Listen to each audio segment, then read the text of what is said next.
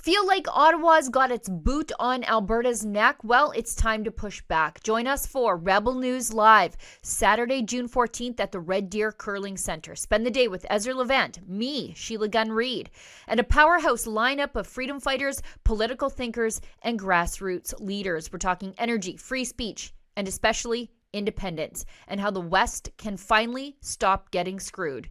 This isn't just a conference, it's a rallying cry. Tickets are going fast. Get yours now at donegettingscrewed.com. Stand up, speak out, be there.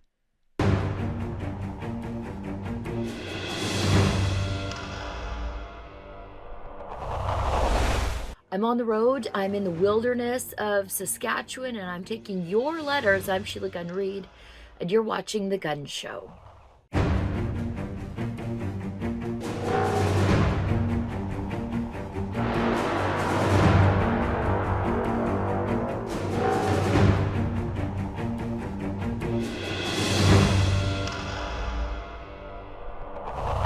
You may notice that I'm not in my usual setting. In fact, I'm in my holiday trailer in Buffalo Pound Provincial Park near Moose Jaw, Saskatchewan, because tonight, it's Monday as I'm filming this. I have to film it ahead of time, and that's because I have to travel back, and then I have to travel somewhere else, which is a secret right now, on Wednesday when you see my show. But I've never missed a show in 9 years of doing a show, and I'm not about to start.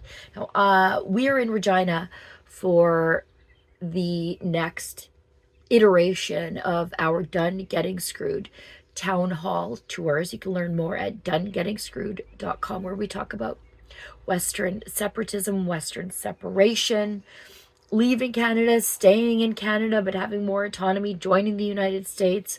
Whatever it is, it's for Westerners to decide, and not just for Albertans to decide. Our Saskatchewan friends, as we know, as the polling data plays out, are just as separatist, sometimes even more, depending on the poll, than Albertans. They're just more quiet about it, potentially more seething. But to save money on hotels and flights, and to save money on moving 2 cities worth of merch from Calgary and Edmonton to Regina for our town hall, I thought, I'll bring my holiday trailer. That way I can put all the extra merch in the holiday trailer. And then the Rebel crew will save money on hotels, flights, and shipping. It's made for a couple of really long days, so it was like a 12-hour drive yesterday. And I'm a little under the weather. However, that doesn't matter. Because I put out a call out to you guys at home and said, look, I don't have a guest tonight. I still owe you a show. That's what you pay for. I have to come through. We sent an email asking for your questions, your comments, your story ideas. And I would just plunk down in front of my cell phone and my computer in the holiday trailer and film you a show and see what I can do about answering your questions. So let's get down to it while I still have a voice. Glenn says, I was in Costco Red Deer the other day wearing my Republic of Alberta t-shirt. Had several positive compliments. Personally, I think we need to flood Walmart and Costco with us wearing Alberta Independence t-shirts. We need the public to know we are out there. I'm talking 50 to 100,000 shirts. The general public is aware of what's going on. If the public notice 5 to 10 people in these stores with a shirt, they'll take notice. Just a thought, Glenn. I don't think you need shirts. I mean, I'm wearing a Saskatchewan First Always, I don't know if you can see that, shirt that's available at donegettingscrewed.com and at rebelnewsstore.com. I like to wear my politics like front and center. I know a lot of people don't. But I don't think you need to flood the market with shirts to show people that this is a mainstream thing. I mean, it's approaching 40%, maybe approaching 50%, I think, in Alberta. I'm sure Saskatchewan is close to the same. Angel writes, Hi, Sheila. I'm concerned about the longest possible ballot group legally interfering in Battle River Crowfoot riding by-election. That's Pierre Poilievre's riding. that is eventually to come, and it hasn't been called yet. Now it's reliably informed by the Prime Minister, Mark Carney himself. He would call Battle River Crowfoot at the earliest convenience. Is there any way we dispute this? We also need more awareness on this topic before the by-election to make some voters aware. I don't think it matters. In Battle River Crowfoot, that is one of the strongest conservative voting regions in this entire country. And while they're going to try their dirty tricks of stacking the ballot with people whose names are like higher in the alphabet than P. Polyev to drive his name down. I mean, that might work in a Toronto area riding like Carleton, but it is sure as hell not going to work in rural Alberta. I mean, they could try, and these are people taking advantage of our democracy, but it is definitely not going to work there at all. Deb McCauley writes, I live in Farquhar, and I'm already sorry for mispronouncing that, BC, which is the security zone of the federal quarantine of Universal Ostrich Farm. I do not do social media, and I have been hearing from locals on my daily walk how these ostriches are pets. Who has 400 pets? Would you inject your pets with a dead virus? After injection, these ostriches are equivalent to lab test subjects and cannot be sold or eaten. Why are 6 ostriches sold? May 2021 to a hobby farm 300 kilometers away. My heart aches for these ostriches who are being experimented on in an open-air biolab. Is this a joke? And these farmers and good-hearted protesters need to get educated about what animal cruelty is. Okay, I'm so glad that you wrote to me, because there's a lot of things that aren't accurate in what you said. And I think that's just how you get your information.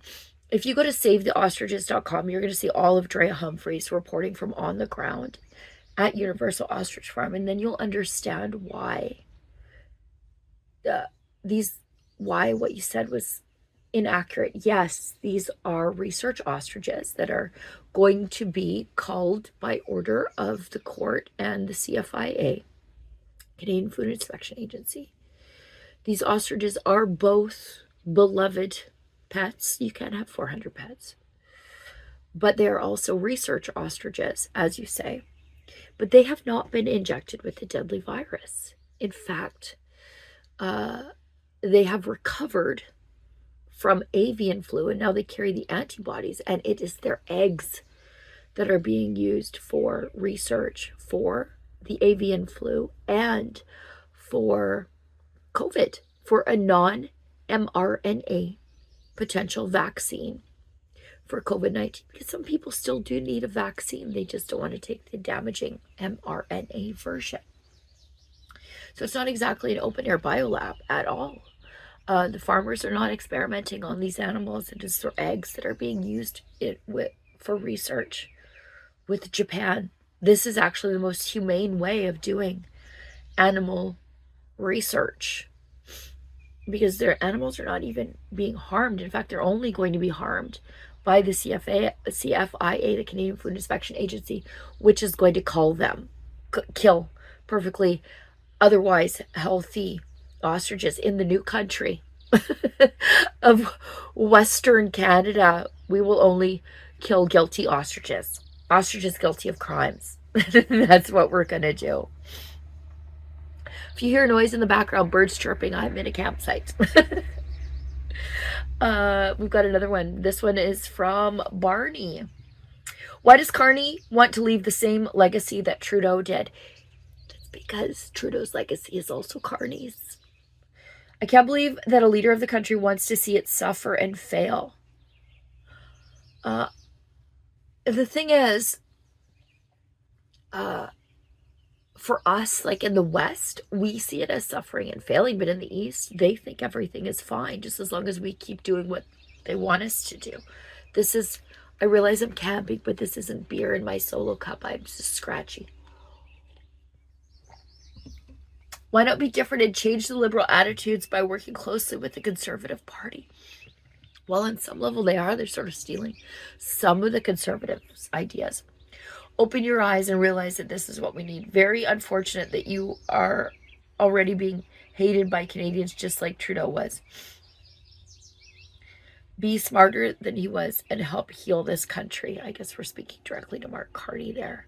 This one is from Joe, who writes, can the Alberta government stop or overturn the free speech laws that are coming into place? I also wrote the Conservative Party got no reply as to the censorship bill at the federal level. So I assume it was not going to be dealt with, even if the Conservatives would have gotten in. Well, that's not true. What you should know is that the Censorship Online Harms Act, Bill C-63, died when the Liberals prorogued Parliament. So they killed their free speech law to hang on to power, to install Mark Carney so that Mark Carney could run in the next election. So the Conservatives don't have a piece of censorship legislation that they can fight against right now because the Liberals haven't proposed anything. However, they are musing about dealing with online harms, which will mean that the Online Harms Act will be introduced. I think this will be the third time that it will be introduced. It died another time when the Liberals also called an early election to hang on to Parliament. He also says, I voted People's Party accordingly. Is there any plan to do away with the Human Rights Commission in Alberta? Ezra knows all about these kangaroo courts as well. We should be pressing for these to be dismantled and made illegal to be ever put in place again. Now, I do know that our Alberta government has a strong emphasis on free speech and journalistic freedom. I mean, Premier Smith will speak to any of us. She takes questions regularly from press conferences from independent journalists. She will even come to Rebel News events. So she might not agree with everything that she says, and I hope a politician doesn't agree with everything I say because it's my job to hold politicians to account. But in the same way that Premier Smith has adopted a pro-firearms rights mindset in the Alberta government, installing our own chief firearms officer, saying that we're not going to direct our police to go after law-abiding firearms owners to enforce Mark Carney or Justin Trudeau's gun grab. I think that she will do the same if there's ever an overarching piece of online harms legislation that will limit the rights of Canadians to speak their mind on the internet and in the new country. We won't have such things. This is a good question. And the next one is a good question. It's from Adam Fulton, who is a regular chatter on the Rebel News live stream, which I also host usually daily. Not today because my internet connection is unreliable. But he says, should people be voting for the Alberta Republican Party in the by-election? There's a by-election coming up in Olds, Alberta. And Olds historically did once upon a time elect a separatist. And so there's an opportunity there for the Separatist Party to perhaps, give the UCP, the United Conservative Party, a run for their money. The NDP are not going to win there. And he said, should people be voting for the Alberta Republican Party in the by-election, or is it too early and should wait for the next provincial election? I'm not going to tell you how to vote. I'll never tell you who to vote for. I'll tell you who not to vote for. Don't vote NDP. Don't vote Liberal. I guess this is up to you. And I guess you need to consider. Do you think separatism is a movement of political parties?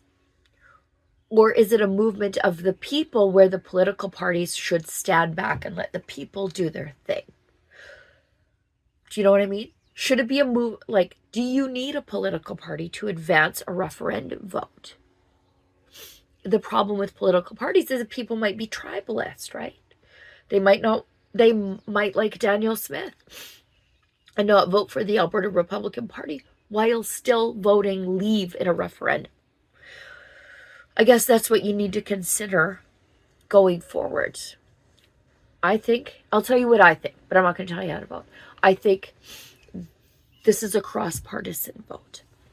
I think people who are federal conservatives will vote to leave. I think people who are UCP voters will also vote to leave. I think there are people who are People's Party supporters will vote to leave. People who provincially would vote Republican Party would also vote to leave. A Christian Heritage Party would also vote to leave. So I think it should be a people-led thing. And as Daniel Smith said this, it's for the people of Alberta to decide and not politicians. Okay, next one. Let's keep going.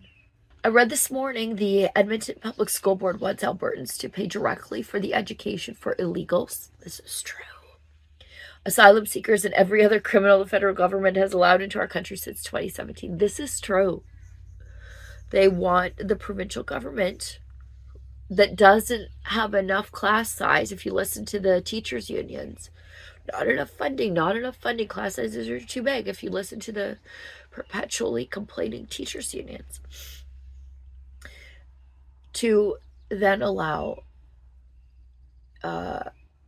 kids who are in this country illegally, thanks to their parents, to have access to the same right to education that your kids do.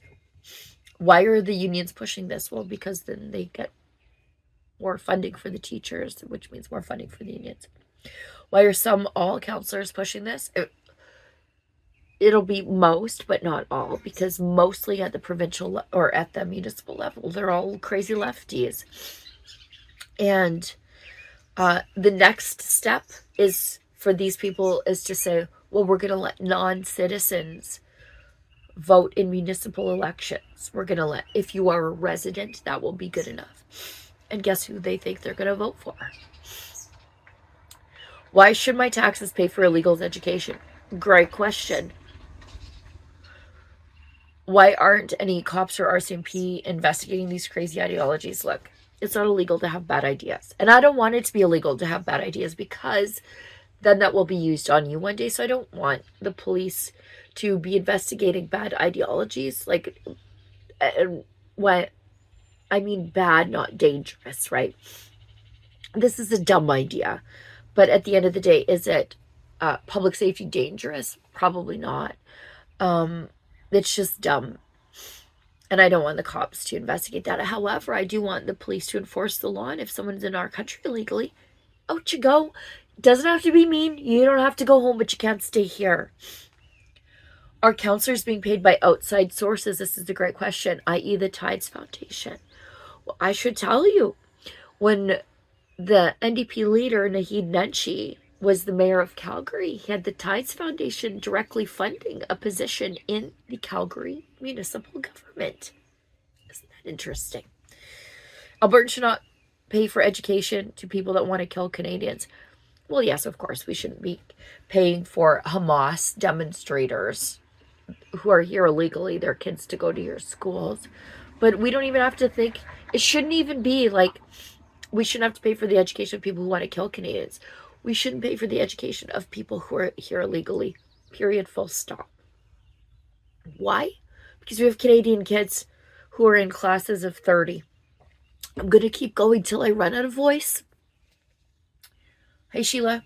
There's an issue I think deserves a much deeper dive. Story of the year in his books. Story is the blatant overt racism demonstrated by the Liberal Party of Canada during the leadership race and federal election. The last Conservative leadership race had two minority candidates, both running both immigrants, a sign of an inclusive organization. However, the Liberals do not share these values at all. There were 7 candidates who ran for leadership. 3 of them were not white, and all 3 of them never made it on the ballot. Obviously, the Liberal Party only wants whites to run for their leadership. Yeah, aren't they the ones who say it's time for old white guys to not be in charge of the country? And then who do they hijack the leadership race to install? Quite an old rich white guy? Of the utmost privilege? I want to concentrate on Chandra Arya, the 3-time Liberal incumbent MP for the riding of Nepean. Not only did the Liberals kick him out of their leadership race, they kicked him out of his own riding that he won handily in the 3 previous elections. Yeah. Any due process to let the constituents choose their candidate for MP? Yeah. Hell no. Now things are really starting to stink. Who did the Liberals run in the stolen riding? From the minority incumbent candidate, Mark Carney himself. Yeah, it was rigged. An MP stepping aside and giving up a safe riding for the leader is common. Like when Ezra volunteered to step aside to give Harper a safe riding. Yeah, many of you don't know. The reason we had 10 strong, stable years of Conservative government is because the nominated candidate in the riding in Calgary, Mr. Ezra Levant, stepped aside to give Stephen Harper a safe Conservative riding. He changed history for Canada and continues to, and I don't just say that as his employee. But Chandra never stood down. He was kicked out and forcibly removed by his own party. Yeah, bunch of racists. Great point. We got one here. Tom McIlvery, who is from Ontario, and I love to see this because I say things about Ontario, but I mean the Ontario government. By and large, your politicians, I definitely don't mean Ontario Conservative voters, because you guys understand what it's like, or at least you can empathize with Westerners and why we feel the way that we do. He says, what is wrong with Ottawa, Quebec, and Ontario destroying the Alberta cash cow for Canada? When Alberta separates from Canada, I'm moving to Alberta from Ontario. I've had enough of this behavior. In the new country, I'm going to stamp the passports. Ingrid says, hi, Sheila. What will it take? Oh, and thank you in advance. What will it take to dissolve interprovincial trade barriers? We can become more internationally independent and more strongly united as a country. Just look at what it takes to get a pipeline built in this country. Why does Quebec get a veto? If we were trying to build the railway to unite the country in 2025, it would not get built. We give Quebec a veto. Why? I don't know. We give BC a veto. Why? I don't know. This is the kind of garbage that is dividing this country. And then those two provinces look at Albertans and say, why do you want to break up this country? What exactly is uniting us at this point? There are a lot of people who are reluctant separatists who are like, if we're going to act like little Balkan states, then at least give us the power of being a Balkan country. We can't buy Western beer in Ontario. There are like liquor problems. Like, this is the most basic stuff. And the point of being a confederation is so that these things don't exist. I know the Alberta government and Ontario, they signed some sort of mutual agreement today or maybe yesterday as I'm filming this to work on dissolving those, but I wonder, could be too late. Here's a good one. This one is from Joanne, who says, I would like to speak at one of your events. So we don't always have time for everybody to speak. To ask people to think about who they are. Some of us have ancestors who built roads and towns. Others have come later, but we all have one thing in common: hope. Just a couple stories of how things were handled may encourage thoughts. No matter what the circumstances we find ourselves in, people of the prairies have great determination, and we will make it better. And that's one of the things actually I ask at our town halls is, who's new and who's born here, who's new? And it's usually about 50-50. I'm old enough to remember when there was a huge and there continues to be huge in-migration. But specifically, it used to be in-migration from one place, and that was Saskatchewan. During the Romano times, Roy Romano NDP government, it was just like all their young people were coming to Alberta to have jobs. And it was such a shame because we are fraternal twins in Confederation. Same industries, same kind of people, settled at the same time, same culture of independence and agriculture and oil and gas and mining and we were settled by this in the same waves for the same reasons, and we were separated at birth in 1905, but we really saw the difference between our provinces when they had the Romano NDP government and we had a conservative government here in Alberta, and people just were fleeing to opportunity that they could have in their own province. It's very sad. And moreover, to your point, my favorite Ralph Klein quote of all time is, "This is a province rich in blessings and hope, and the best is yet to come." And I think that's true. Dear Sheila. This one is from Rudy, and I think I'm going to wrap it up after one or two more. I'm dying. Rudy says, "Dear Sheila," Rudy has the unfortunate fate of living in Ontario. And Rudy says, there's cars driving by, bear with me. "It's so disgraceful to see the progressive pride flags over Durham District School Board schools again this year for the entire month of June and already half of May. Why? Why do we have to talk about sexuality to kids at all? So terrible. The only flag that should be flown is the Canadian flag. It represents unity and equality for all of our citizens. That pride flag has celebration for everyone except straight white people. DEI policies should be called out for what they are. Division, exclusion, inequality.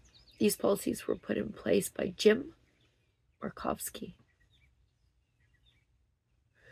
who is the Associate Director of Equitable Education." And then he gives me the contact information, but I'm not going to give that out. You can find it now that you have his name. Tony Vary says, "Hi, Sheila. First off, thank you to everyone at Rebel News." Well, thank you very much. "What's your take on the latest insanity of wanting to lower the voting age? Every couple of years, the progressives want to do this. You want to know why? Because they don't know any young people. These people don't have children of their own. So they think children are just adults in a little younger body. They don't realize that children make crazy decisions, and that's why they need parents. It's also why they think that children can choose their gender and agree to medical interventions that could sterilize them forever, is because they just think that children are fully functioning adults in younger, smaller bodies, which is crazy, right? Like, if you have kids, you know this, but they don't have kids. These are the people who have abortions and cats, not kids. Anyway, is there anything that the ordinary person can do to push back against the probability of more censorship? Thanks, and have a great day." You got to let the Liberals know. You got to write the Liberals. You know the Conservatives are going to fight back. You also need to write the big tech companies and say, you have an industry built on free expression. You have to fight. Raise the issue with Americans. Donald Trump is fighting against countries that censor American companies, which if the Liberals tried to bring in more censorship legislation, that's going to be Canada. And so raise the issue with American politicians. Raise the issue with the Liberals. They have like a thread's worth of being able to hang on to power for 4 years. They're not going to do it. They would rather their government fall later rather than sooner. And so you really have to push them to do the right thing. The Conservatives are already going to fight it. And the Liberals and the Progressives, they want to lower the voting age because young people are stupid, which means they would be stupid enough to vote for free stuff. Why? Because they have mommy and daddy buying them stuff. Why wouldn't they want mommy and daddy government doing the same thing? Ross says, right now, of course, we have this jingoistic patriotism happening. We have a big promotion to buy Canadian products, so now we need a big promotion to hire Canadians. Yeah, except the Liberals brought in damn near 900,000 temporary foreign workers in the and immigrants. I think it's all together, but it could be just temporary foreign workers. Foreigners, let's just say, in the last quarter of 2024. That's crazy. That's a large city's worth of Canadians. Did we build a large city's worth of housing? Did we build a large city's worth of schools? A large city's worth of healthcare? Roads? Anything? No. We need to not just put a hard stop on temporary foreign workers, but we have to send them home. Again, you don't have to go home, but you can't stay here. We have an obligation to Canadians first. There's no need to be cruel about it. But out you go. Try Dubai. They have like, I think, 1 million or 2 million Emiratis and like 4 million temporary foreign workers. Best of luck. Go there. They have a whole culture built on having a slave underclass. I don't think Canadians should have a slave underclass. I'm reliably informed that the left is against slavery.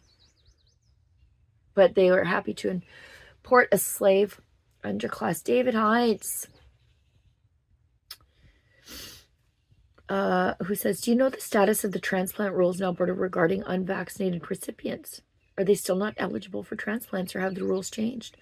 I would really like to put my name back on the donor list, but also believe it is necessary to make a statement. David, I don't know. I wish I did, and I'm ashamed that I don't know. I'm going to find that out for you. In fact, I'm going to put Sid Fizzard, who was really telling the story of a lady who denied a transplant because she was unvaccinated. And it's an absolute abomination and a tragedy. And if the rules haven't changed, I think we should push the government to make them change.